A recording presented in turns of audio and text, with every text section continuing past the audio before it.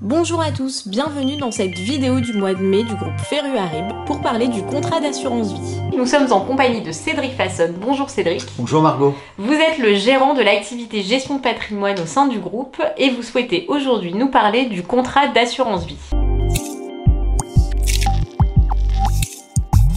Oui, l'assurance vie, c'est le placement préféré des Français.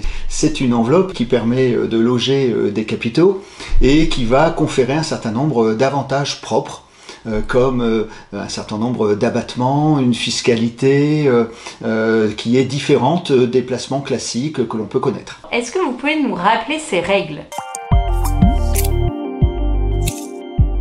La principale d'entre elles, c'est que lorsque je souscris un contrat d'assurance vie, avant l'âge de 70 ans, eh bien, je vais pouvoir nommer un certain nombre de bénéficiaires, autant que je veux, et ces bénéficiaires, en cas de décès, récupéreront des capitaux avec chacun un abattement de 152 500 € sur les capitaux qu'ils vont recevoir. C'est donc quelque chose de très important, et comme ça échappe au Code civil, on comprend mieux pourquoi c'est un outil qui est largement utilisé. Cependant, il faut avoir à l'esprit que quand je verse après l'âge de 70 ans, eh bien, l'abattement passe à 30 500 € pour l'ensemble des bénéficiaires que je nomme. Donc, il est important d'utiliser cet outil avant l'âge de 70 ans pour profiter pleinement des abattements que je viens de citer. Vous souhaitez aujourd'hui attirer notre attention sur un sujet important qui est la clause bénéficiaire.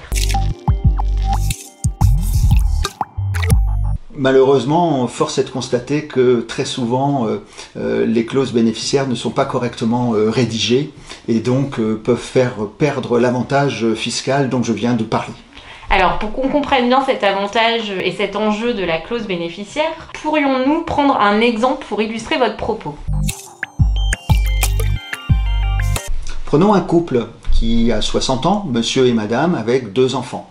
Ils souscrivent un contrat d'assurance vie d'un montant de 250 000 € et très souvent leurs conseils, banquiers, assureurs, ne vont pas attacher beaucoup d'importance à la clause bénéficiaire et donc on va utiliser la clause bénéficiaire classique par défaut qui est premier rang mon conjoint, à défaut mes enfants.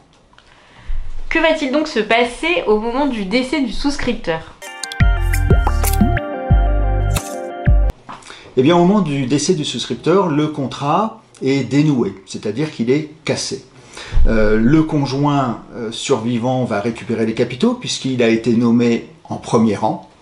Et comme il s'agit du conjoint survivant, à ce jour, il ne paye pas de droit de succession et va vraisemblablement réinvestir ses capitaux dans un nouveau contrat, parce que ce contrat permet de sécuriser les capitaux, d'en donner un certain rendement, de la disponibilité, donc c'est très souple en termes d'utilisation. Prenons l'hypothèse que monsieur soit décédé à l'âge de 75 ans, on a dit tout à l'heure que madame avait le même âge que monsieur, elle va donc verser ses 250 000 € sur un nouveau contrat, à l'âge de 75 ans, à son décès, elle avait nommé les enfants, ils hériteront, mais n'auront qu'un abattement de 30 500 € à se partager, et donc vont devoir payer des droits de succession sur l'écart entre 250 000 et 30 000 d'abattement, c'est-à-dire 220 000 €, qui vont s'ajouter cette fois-ci à tout le patrimoine qu'ils vont récupérer. Maison, bateau, voiture, hélicoptère. Donc, on peut rentrer dans une tranche de taxation assez lourde. Alors, quelle solution existe-t-il pour remédier à ce problème ? L'idée toute simple, c'est de démembrer la clause bénéficiaire du contrat. Alors, qu'est-ce qu'un démembrement, justement ? Lorsque vous possédez un bien immobilier, vous le détenez en pleine propriété. Eh bien, il faut savoir que cette pleine propriété, ce droit, est constitué de 2 droits différents. L'usufruit, vous en avez certainement entendu parler, et la nue propriété. C'est l'ensemble de ces 2 droits qui forment la pleine propriété d'un bien. Tout comme il est possible de démembrer un bien immobilier, je donne de la nue propriété à mes enfants, par exemple, eh bien il est tout à fait possible de démembrer la clause bénéficiaire de la même manière. D'accord. Et pouvez-vous nous expliquer l'avantage justement de ce démembrement de la clause bénéficiaire ? En démembrant la clause bénéficiaire, on va immédiatement, au moment où monsieur aura souscrit son contrat, on va nommer le conjoint pour l'usufruit et les enfants pour la nue propriété, au même moment. Ça veut dire quoi? Ça veut dire qu'au moment du décès du souscripteur de monsieur, qui a 75 ans, eh bien, madame va hériter de l'usufruit du contrat. Donc l'usufruit, on va le valoriser. 75 ans, ça vaut 30%, il y a un barème pour ça. Madame ne va pas payer de droits sur ces 75 000 euros, les 30% de 250 000 euros, puisque c'est le conjoint, et on a rappelé que le conjoint ne payait pas de droits. Les enfants, eux, vont se partager de la nue propriété de l'ensemble du contrat sur une base de 175 000 euros. Ils vont chacun défalquer un abattement, parce qu'ils sont nommés dès le départ par monsieur, de 152 500 euros, donc ils n'auront aucun droit à payer. Le contrat est donc cassé. Madame et les enfants vont souscrire un nouveau contrat en démembrement. Madame pour l'usufruit, les enfants pour la nue propriété. Et au moment où l'usufruitier, c'est-à-dire madame, viendra à décéder, l'usufruit du contrat s'éteindra naturellement et reformera la pleine propriété. Les enfants seront pleins propriétaires du contrat sans avoir à payer de droits parce qu'ils avaient déjà payé des droits qui étaient à zéro au moment du premier décès. Très bien, alors on comprend que le démembrement de la clause est très important et très intéressant. Comment peut-on faire pour modifier un contrat existant? C'est très simple.